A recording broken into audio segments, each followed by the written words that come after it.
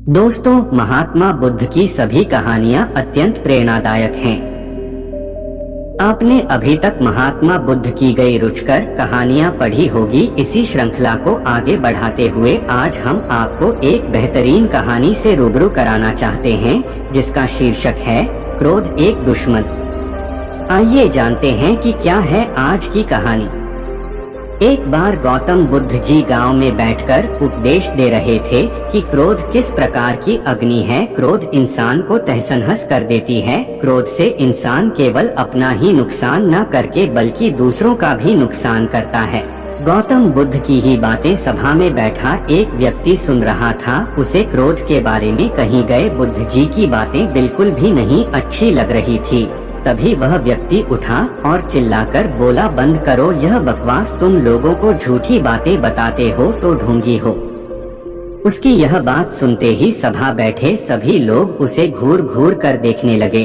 बुद्धा जी उस व्यक्ति की बातें बड़े ही गौर से सुन रहे थे, पर उन्हें तनिक भी क्रोध नहीं आया। काफी देर तक उस व्यक्ति ने गौतम बुद्धा जी को उल्टा सीधा बोला, तब भी गौतम बुद्ध जी को बिल्कुल भी क्रोध नहीं आया।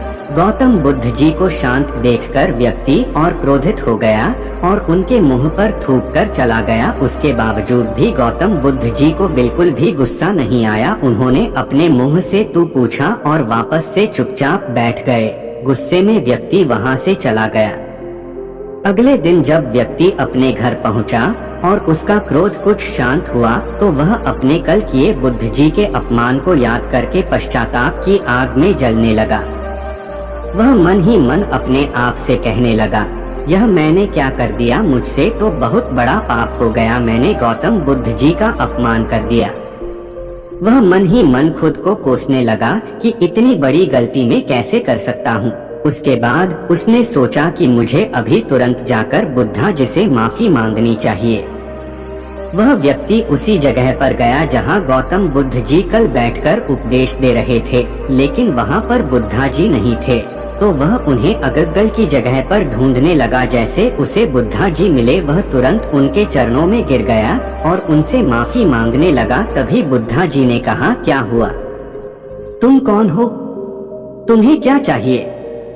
तुम मुझसे माफी क्यों मांग रहे हो?